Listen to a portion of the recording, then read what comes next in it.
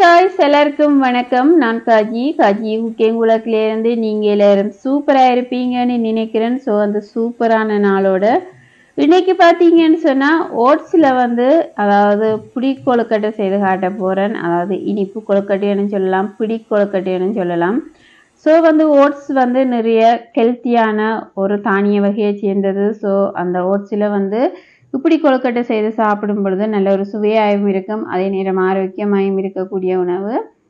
So ஃப்ரெஷ்ஷாக ஒரு கொழுக்கட்டை எப்படி ஓட்ஸில் செய்கிறேன்னு தான் செய்து காட்ட போகிறேன். ஸோ இப்போ ஓட்ஸ் பேக்கெட் எடுத்து வச்சிருக்கிறேன்.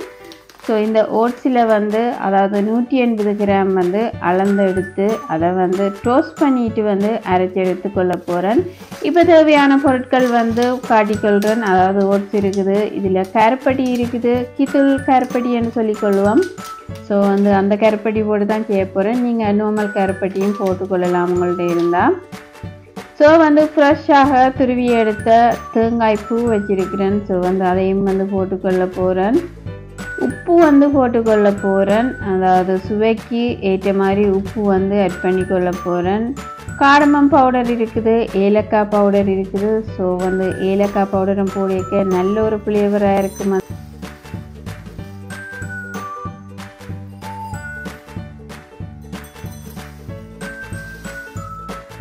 இப்போ ஓட்ஸை அதாவது அளந்து 180 கிராம் எடுக்கிறேன். இல்லையான்னு சொன்னால் 2 கப் எடுத்துக்கொள்கிறேன். இப்போ அதை லைட்டாக டோஸ்ட் பண்ணி எடுத்துக்கொள்ள போகிறேன். ஸோ கொஞ்சம் டோஸ்ட் பண்ணி எடுக்கும் பொழுது தான் அது அந்த மா அரைச்ச பிறகு நல்ல ஒரு சாஃப்ட்னஸாக இருக்கும். ஸோ அதனால் இப்போ லைட்டாக டோஸ்ட் பண்ணிக்கொள்ள போகிறேன். நல்ல கலராக வரும் வரைக்கும் டோஸ்ட் பண்ண தேவையில்லை. ஒரு லைட்டாக அந்த அதாவது என்னன்னு சொன்னால் அந்த ஓட்ஸ் உடையிற மாதிரி இருக்கும் பொழுது இறக்கினா போதுமானது. நான் ஒரு 3லேருந்து 4 நிமிடங்கள் அதை டோஸ்ட் பண்ணிக்கொள்கிறேன். இப்போ ஒரு பாத்திரத்துக்கு டோஸ்ட் பண்ணி எடுத்த ஓட்ஸை போட்டுக்கொள்கிறேன் ஆறுறதுக்காக. ஸோ இதில் ஆறிக்கொண்டு இருக்கும் பொழுது இப்போ கித்துள் கருப்பட்டி வச்சிருக்கிறேன். ஸோ இது போட்டு சேர்க்க இன்னும் நல்ல சுவையாக இருக்கும். இதில் ஃப்ளேவர் நன்றாக இருக்கும். இந்த பிடி கொழுக்கட்டைக்கு வாழை இலையில் சுத்தப்பட்டு இருக்குது இந்த கித்துள் கருப்பட்டி. ஸோ ஒரிஜினல் கருப்பட்டி தான் இந்த கருப்பட்டி. ஸோ சூப்பரான சுவையில் இருக்கக்கூடிய கருப்பட்டி. ஸோ இந்த கருப்பட்டி அதாவது எடுத்து இதை கிரேப் பண்ணி போட போகிறேன். ஒரு 3லேருந்து 4 டேபிள் ஸ்பூன் அளவில் நான் போட்டுக்கொள்ள போகிறேன். நீங்கள் உங்களோட இனிப்புக்கு தகுந்த மாதிரி போட்டுக்கொள்ளலாம். நீங்கள் இதை காய்ச்சி போட்டும், அதாவது பாகு மாதிரி காய்ச்சியும் எடுத்துக்கொள்ளலாம். நான் இது நிலையிலும் பாவிக்கிறபடியாக இது க்ளீனாக தான் வரும், கல் மண் எதுவும் பாரதில்லை. ஸோ அதனால் இப்படி எடுத்துக்கொள்கிறேன். இப்போ ஓட்ஸ் அதாவது ஆறிட்டுது, இதை அரைச்சி எடுத்துக்கொள்ள போகிறேன். ஒரு ஃபைன் பவுடராக அரைச்சி எடுத்துக்கொள்ள போகிறேன்.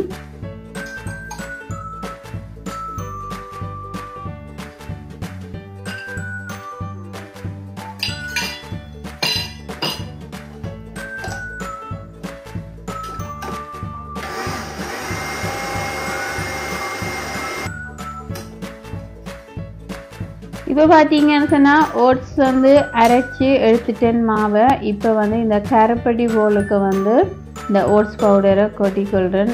அரைக்க செய்ய தேவையில்லை, அது சும்மா பவுடரை டப்புண்டு அரைப்பட்டுடும். ஸோ அதை இதுக்குள்ளே கொட்டிக்கொள்கிறேன். இப்போ ஏலக்காய் பவுடர் போட்டுக்கொள்கிறேன், காடமன் பவுடர். இப்போ துருவி வச்சிருக்கிற ஃப்ரெஷ் கோகோனட் போட்டுக்கொள்கிறேன். கிட்டத்தட்ட ஒரு 3 டேபிள் ஸ்பூன் அளவில் போட்டுக்கொள்கிறேன். கண்டிப்பாக கொழுக்கட்டைக்கு தேங்காய்ப்பு போட்டால் தான் சுவையாக இருக்கும். இனிப்பு கொழுக்கட்டை தானே, கண்டிப்பாக தேங்காய்ப்பு போட வேணும். ஸோ வடிவாக இப்போ மிக்ஸ் பண்ணி கொள்ளுவோம். எல்லாம் சேர்ற மாதிரி தேங்காய்ப்பு எல்லாம் சேர்ற மாதிரி மிக்ஸ் பண்ணி கொள்ளுவோம். இப்போ ஒரு கப்புக்கு ஆயில் விட்டுக்கொள்கிறேன். ஒரு 1.5 டீஸ்பூன் அளவில் ஆயில் விட்டுக்கொள்கிறேன். அதோட உப்பும் சுவைக்கேற்ற மாதிரி போட்டுக்கொள்கிறேன். இப்போ இந்த ஆயில் உப்பு இதுக்கு கொதிக்கிற சுடு தண்ணி விட்டுக்கொள்கிறேன். ஒரு 3-4 டேபிள் ஸ்பூன் அளவில் விட்டுக்கொள்கிறேன்.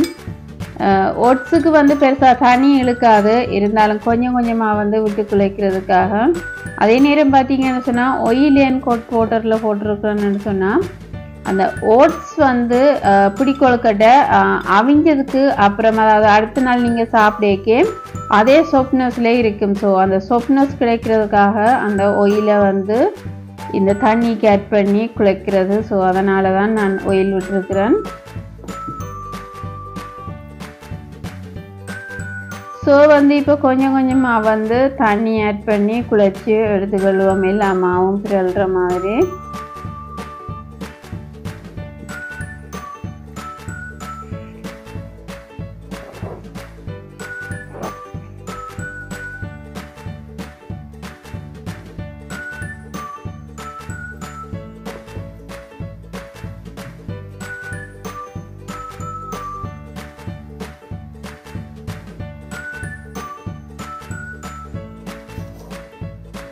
இப்போ பார்த்தீங்கன்னு சொன்னால் திருப்பியும் கொஞ்சம் தேங்காய்ப்பூ போடுறேன். என்னென்னு சொன்னால் அந்த மாவில் வந்து தேங்காய்ப்பூ எல்லாம் கலப்பட்டுடுது. ஸோ தேங்காய் இருக்கிறதே தெரியல.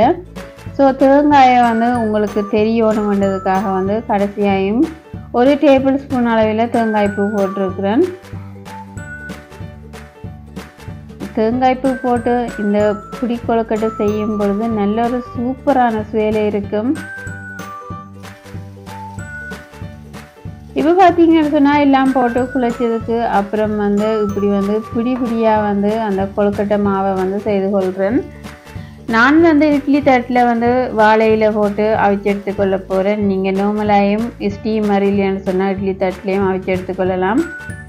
பிடி கொழுக்கட்டை இப்படித்தான் இருக்கும். வந்து அமர்த்திட்டு அந்த ஃபிங்கர் தெரிகிற மாதிரி அமர்த்தி எடுத்துக்கொள்ள வேணும். ஸோ அதான் பிடி கொழுக்கட்டை. இப்போ எல்லாத்தையும் செய்துட்டேன். இப்போ வந்து அதாவது அவிச்சு எடுக்க போகிறேன். ஒரு 5லிருந்து 8 நிமிடங்கள் பாயில் பண்ணி எடுத்துக்கொள்வோம். இப்போ வந்து மூடி அவிச்சு எடுத்துக்கொள்வோம். ஸோ வந்து மூடி வச்சிருக்கிறேன். இப்போ பார்த்தீங்கன்னு சொன்னால் ஒரு 5லிருந்து 8 நிமிடங்கள் அவிய விட்டுருக்கிறேன். ஸோ வந்து சூப்பரான கலரில் வந்து இருக்குது. அந்த கருப்பட்டி போட்டு பார்க்கவே தெரியுது எப்படி இருக்குன்னு சொல்லி. உண்மையில நல்ல ஒரு சாஃப்டாக இருக்கக்கூடிய கொழுக்கட்டை தான் இது.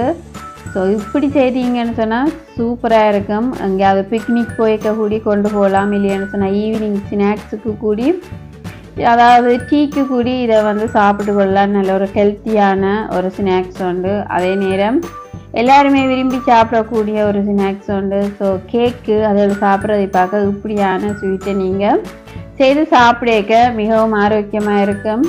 ஸோ ஓட்ஸ் வந்து உங்களுக்கு சொல்லவே தேவையில்லை, நிறைய பெனிஃபிட் இருக்குது ஓட்ஸில். ஸோ வந்து ஓட்ஸ் வந்து எல்லாத்துக்குமே நல்லதுன்னு சொல்லப்படுது. ஸோ வந்து ஓட்ஸில் இப்படி செய்து சாப்பிடக்க நல்ல சூப்பரான சுவையில் இருக்கும். நீங்களும் வீட்டில் செய்து பார்த்து முடிஞ்சால் எனக்கு வந்து லைக் பண்ணி கமெண்ட் பண்ணிக்கொள்ளுங்க. அதாவது ஃப்ரெண்ட்ஸுக்கும் ஷேர் பண்ணுங்க. முடிஞ்சால் பெல் ஐக்கானை ப்ரெஸ் பண்ணி ஒரு சப்ஸ்கிரைப் பண்ணி கொடுத்துக்கொள்ளுங்க. இன்னும் ஒரு சூப்பரான வீடியோவில் நான் உங்களை சந்திக்கிறேன். தேங்க்ஸ் ஃபார் வாட்சிங். பாய்.